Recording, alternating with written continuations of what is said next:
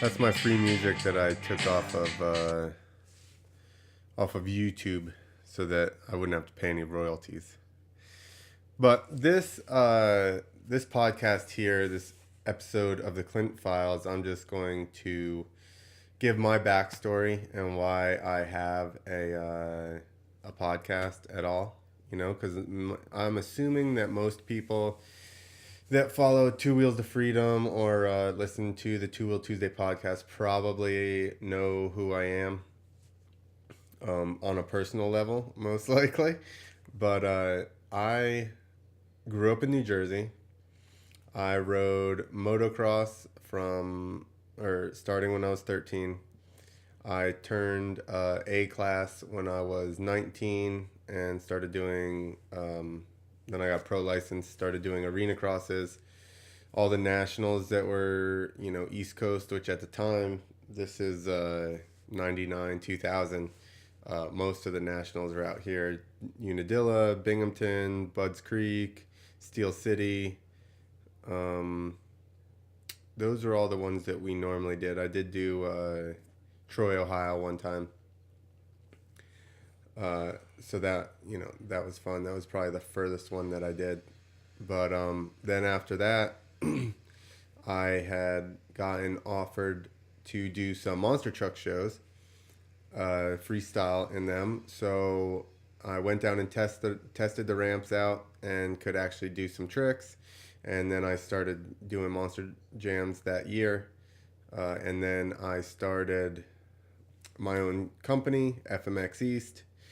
I built ramps. I'm like one of the first 5 people maybe in the world to have portable takeoff and landing, especially over here on the East Coast. I was the first guy for the most part, so I basically dealt with everybody.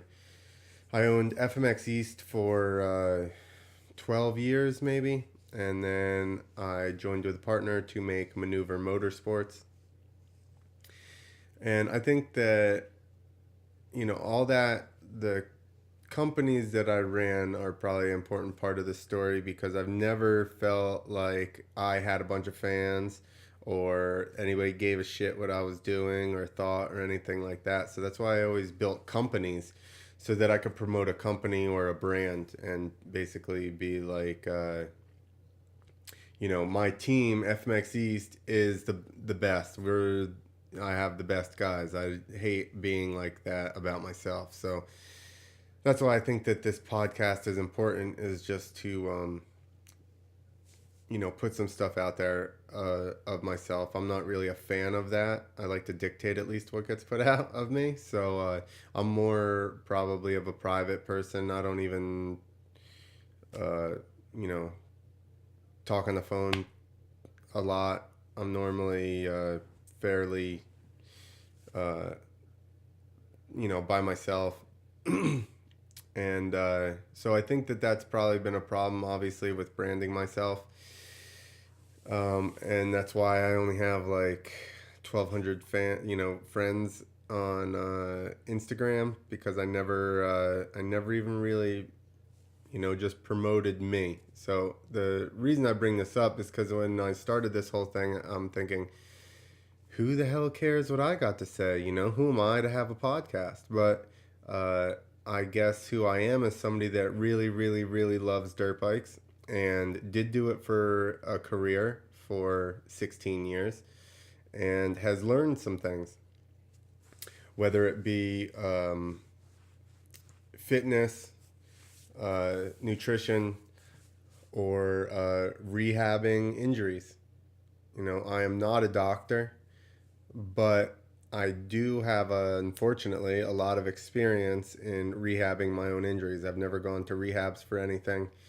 I've basically just, tried to make sure I had motion and build strength back up. So these are some of the things that I'm going to talk about in the Clint Files. It's the other things that go along with riding in life, which is eating well and working out, and unfortunately in our sport, rehabbing injuries. So like I said, I'm not a doctor, but what I am is very curious. And if there's something that I don't know about, then we will try and find an expert to discuss, uh, that with them. So that way we can get the answers. So, I mean, if anybody watching this has any specific questions about, say, rehabbing or any of that, workout, technique, regimen, any of that stuff, please don't hesitate to message me on YouTube, Facebook, Instagram, wherever, and just say, hey, this is what I'd like to know about, or this is some things I had questions about, and I will try and find the correct person. I'll give you my thoughts, or what I think if it happens to be something that I have dealt with, but I will at least find the appropriate expert so that they can give us the correct information. And I know some people might be like, "Oh, rehab, whatever from whatever injuries." I'll give you a quick list here. I broke my tib fib when I was 9. That actually required like no rehab that I remember because I was 9. And then I broke pinkies, wrists. I did my wrist and my ankle at the same time.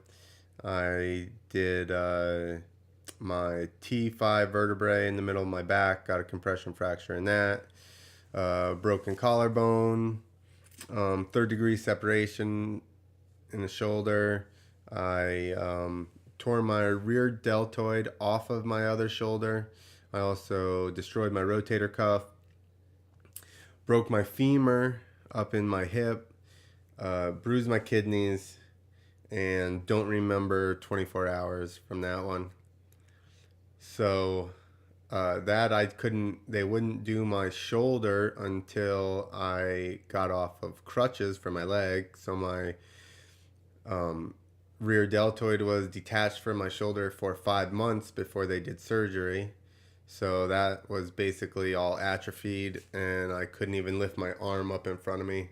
I started by doing negatives, holding my arm up, and then just trying to fight it down. Then 2 years after that, this is my most recent injury, I did my tib fib. I did the tib in 2 places. Both tib fib broke down low, tibia come out. I broke my tibial plateau, which is where basically your knee kind of sits onto your tibia, and I tore my meniscus. So they put a plate on the side of my knee, basically, a plate in my shin. Then I got an infection. Then the incision opened up. I had to get skin graft. I was on crutches for about 5 months. I was on antibiotics for about 6 months. So I mean, that'll be one of the things that I'll address is infections, because I don't think I realized how much it actually affected me even mentally until later when I started to come out of it. Now being able to think as well as I am now and function, I realized that for a good number of months it was even just affecting my mood and motivation and my ability to just keep track of work and focus on it. So there's a lot of things. I heard that, or I mean, most people have heard, I would imagine, that Jimmy Dakotas, had Lyme disease and how that affected him. So there are a lot of things that can happen to you, especially athletes. I would consider myself an athlete.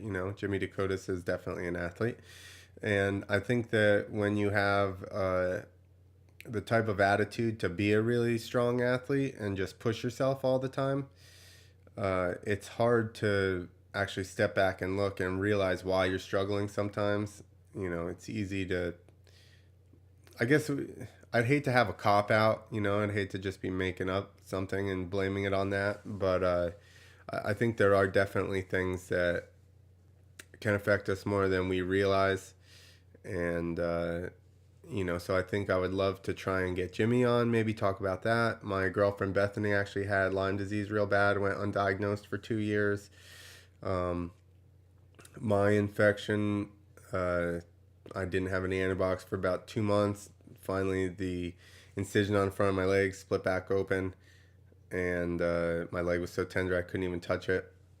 So we'll address a little bit of that too. Some things that can happen to you, along with just getting hurt and just trying to do the actual rehab on the actual joint or whatever it is, and working out and gaining muscle. So I'll also start to, again, I'm not super public, so I don't like to put everything out there, but I'll start to address just even my workouts, because with being on crutches for so long and having the infection for so long and being on antibiotics, you're just very tired and, weak. And I ended up losing a bunch of muscle and, didn't have motivation. Then when I started getting back into working out, it was crazy because I'd been hurt a bunch before, but I'd never gotten knocked down the way that this one did with the infection, I guess, compounding on it. So, to begin to work out, man, I could only work out for like 5-10 minutes at the beginning, and then I would be super tired. And then on top of that, I'd be sore for an entire week if I actually did try to push it. So, out of the woods kind of on that, I am able to push it. I do get sore easier and I stay sore for a while, but I'll address, basically building up and just trying to get yourself a base for fitness and, going from there. So I hope everybody enjoys this and getting to know a little bit about me. If I can't imagine that you found this podcast and don't know what the website is, but the website is 2wheels2freedom, all spelt out.com. Also on Facebook, 2 Wheels to Freedom, and on the website I have some Amazon links up there. If you guys could click through there and buy some stuff through us, to generate a little bit of money, maybe make podcasts better, maybe not sit in the living room, you know what I mean? Have like a studio or something, or be able to fly to events and actually cover the events there and interview people there. I think that would be sick. So also, we got a Rage On site. So basically, I'm just making silly shirts on there. But it would be super sick if you guys would buy some of that as well. If you see anything that you like. So, like I said, if you have any questions, anything you want to address, feel free to message me. I will try to address it on the podcast. And if not, then just enjoy listening. And I hope that eventually at some point we touch on a subject that helps you with whatever it is that you're trying to do. Ride faster, look sweeter for chicks, whatever it is. I mean, it's all part of life. So everybody, thanks for listening. This is a short one for you, just a little background. And check out strokerindustries.com. Please, people, buy emojicons. Moto emojis for your iPhone. Okay? Yes, they're a little bit big. Yes, you have to press and copy them and then press and paste them into the bar. And they don't show up on, Instagram and stuff like that, Facebook, but no non-native emojis show up on Instagram, people, or Facebook.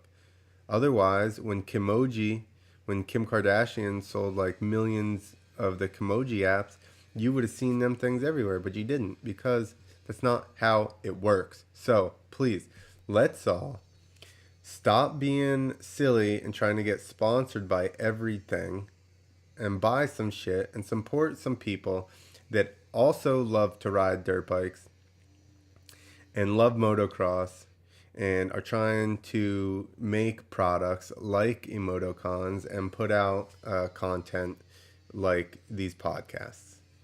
So that's my rant. Everybody, thank you. I have been slacking on doing the Clint files, but I'm gonna try and get on it now that I got it out. I felt like I needed some background as to who I was and why I felt like you should listen to me talk about anything, which you don't have to. So, but thank you, and I will talk at you soon, unless you message me, and then we can talk together later.